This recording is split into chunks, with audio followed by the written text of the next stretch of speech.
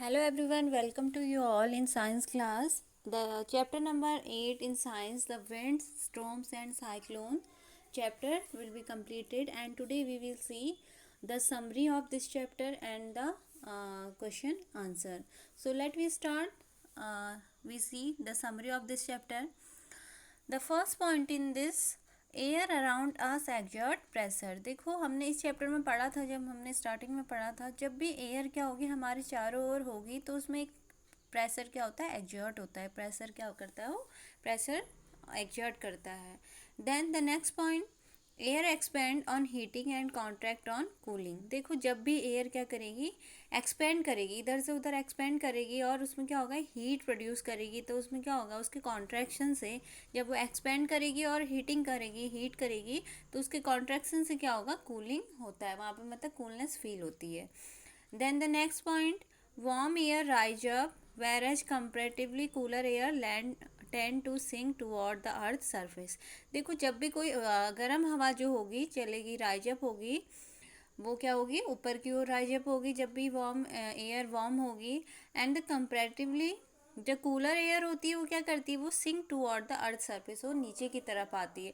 तो हमें ये पॉइंट याद रखना है, जब भी जो एयर है वो वार्म, उसमें वार्म होगा, अगर वो वार्म होगी तो क्या होगी, राइजेज होगी, ऊपर की तरफ उठेगी।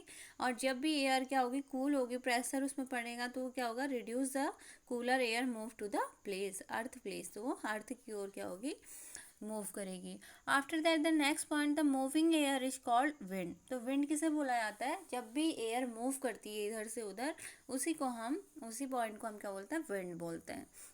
And the next question, uneven heating on the earth is the main cause of wind movements. देखो जो हीट होता है अर्थ में, बहुत सारे कॉजेज हो सकते हैं हीटिंग के, तो उसमें से जो मेन कॉज होता है वो क्या होता है, विंड मूवमेंट्स का होता है। जो हवाएं चलती है इधर से उधर, उसी से क्या, उसी का रीजन क्या होता है, हीटिंग, अर्थ जो हीट करती है। After that the next point, winds carrying water vapour bring rain. जब भी विंड्स क्या होंगी, वाटर पेपर को ओशियन से लेके जाएंगी, तो वो क्या करता है, तभी रेनफॉल होती है अर्थ में। तो जो रेन का फॉर्म होगा वो किस पे डिपेंड होगा, विंड्स पे डिपेंड होगा। And the next point, high speed wind and air pressure difference can cause cyclones. देखो जो हाई स्पीड विंड होती है, हमने अभी साइक्लोन और टाइफून और टोर्नेडो ये सारे टॉपिक पढ़े in this chapter. High speed wind, जो स्पीड क्या होती है विंड की, बहुत ज़्यादा हाई होती है, और उसमें क्या होता है, एयर प्रेशर डिफरेंट डिफरेंट होता है, तो उसके कॉजेज क्या होता है, साइक्लोन होता है।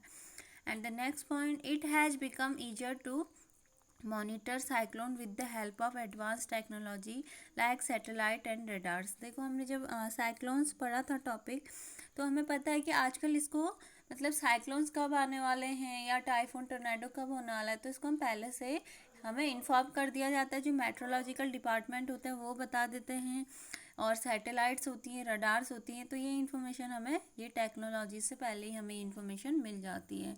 After that next point, self help is the best help. देखो सेल्फ हेल्प मतलब खुद की सुरक्षा खुद से करना, ही सबसे क्या है, बेस्ट हेल्प है। Therefore it is better to plan in advance and be ready with defence against any approaching cyclone. जब भी साइक्लोन आते हैं तो मेट्रोलॉजिकल डिपार्टमेंट पहले से हमें इन्फॉर्म कर देते, तो हमें ये पहले से प्रिपेयर होना चाहिए कि अगर ये साइक्लोन्स आते हैं तो हमें किस तरीके से वहाँ पे उस प्रॉब्लम को फेस करना है। After that, the next point, the following flowchart will help you to understand the phenomena that lead the formation of clouds and falling of rain and creation of storm and cyclones। नीचे एक chart दिया गया है, उसके help से हम understand कर सकते हैं कि क्लाउड से कैसे रेन फॉल होती है, and creation of storm and cyclone, और कैसे स्टॉर्म एंड साइक्लोन बढ़ते हैं। We see the next, difference temperature between two regions. देखो जो टेम्परेचर है दो रीजन्स में अलग अलग होगा। सेट कॉन्वेकेशन इन एयर, अब जो एयर है उनके बीच में क्या होगा, कॉन्वेकेशन होगा। Then warm air rises creating a low pressure area. जब एयर क्या होगी, राइजेज होंगी, वार्म होंगी, तो ऊपर की तरफ जाती है, तो उनमें प्रेशर कैसा होगा, बहुत कम प्रेशर होता है। जब भी एयर क्या होंगी, वार्म होंगी, वो राइजेज होंगी ऊपर की ओर, और उनमें जो प्रेशर होगा बहुत कम होगा। Then the cool air converts to the low pressure area. तो जो एयर कूल होगी वो कहाँ को जाएगी, लो प्रेशर एरिया की ओर जाएगी। Warm air rises cool and the water vapour condense to from clouds.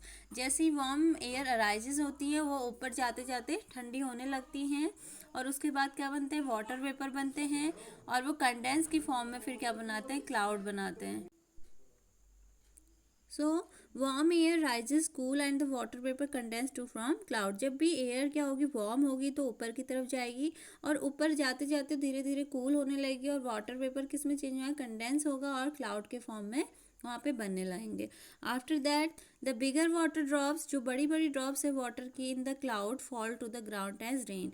तो जो बड़ी बड़ी ड्रॉप्स होंगी वाटर की इन क्लाउड फॉर्मेशन, वो क्या करेंगे, रेन को ग्राउंड में फॉल आउट करेंगी और इससे क्या होता है, स्नोफॉल भी होता है in winters. After that falling water droplet and rising air move vigorously to produce thunderstorm. देखो जब वाटर ड्रॉपलेट्स क्या होंगे, राइजिंग एयर मूव, वहाँ पे बहुत ज़्यादा तेज़ हवाएं चल रही होंगी तो जो वाटर की ड्रॉपलेट्स हैं वो क्या करती है, थंडरस्टॉर्म। थंडरस्टॉर्म मीन्स जो बिजली की कड़कने की आवाज़ आती है, दैट इज़ थंडरस्टॉर्म। तो जब भी बारिश होती है कभी कभी उससे पहले क्या होता है, थंडर स्टॉर्म होता है।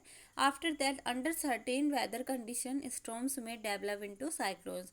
और कुछ वेदर कंडीशन में क्या होता है, ये जो वार्म एयर राइजेस हो रही हैं, क्लाउड्स बना रही है, कुछ कंडीशन में ये क्या होती है, स्टॉर्म क्रिएट करती हैं और डेवलप और साइक्लोन्स को डेवलप करती है, तो वहाँ पे साइक्लोन्स बनते हैं। The chapter will be completed and today your work is draw this chart in your science notebook. Then the question number 8 and 9 you will do in science book, not notebook. ये आपको question किस में करना है, अपनी science की book में करने हैं। Question number 8 and question number 9 and this chart will be also you draw in your science notebook. So let me see the question number 8. Which one of the following place is unlikely to be affected by a cyclone? तो ये इनमें से कौन सा ऐसा place है जो cyclone से अफेक्टेड होता है? तो ऑप्शन है चेन्नई, मैंगलुरु, अमृतसर एंड पुरी। तो इसका राइट आंसर है, this question right answer is option number 3, Amritsar. So you will write the Amritsar, you tick the correct option, question number 8 third. And the question number 9, which of the statement given below is correct? इनमें से कौन सा statement correct है? First one, in winter the winds flow from the land to the ocean. जो winter का time होता है वो विंड कहाँ को फ्लो करती है, लैंड टू ओशियन करती हैं। ये सही है या गलत है? That is the right. And the next, in summer the wind flow from the land toward the ocean, that is the wrong. And the cyclone is form by a very high pressure system with very high speed winds revolving around it. तो ये भी option गलत है। And the fourth one, the coast line of India is not vulnerable to cyclones. क्योंकि जो coastal area होती है वहीं पर साइक्लोन्स आती हैं, तो ये भी रॉन्ग है। So the right answer is question number 9 first, in winter the winds flow from the land to the ocean. So the chapter will be completed and your today homework is this chart you draw in your science notebook, and the question number 9 and 10 you will do in your science book. Thank you for watching this video.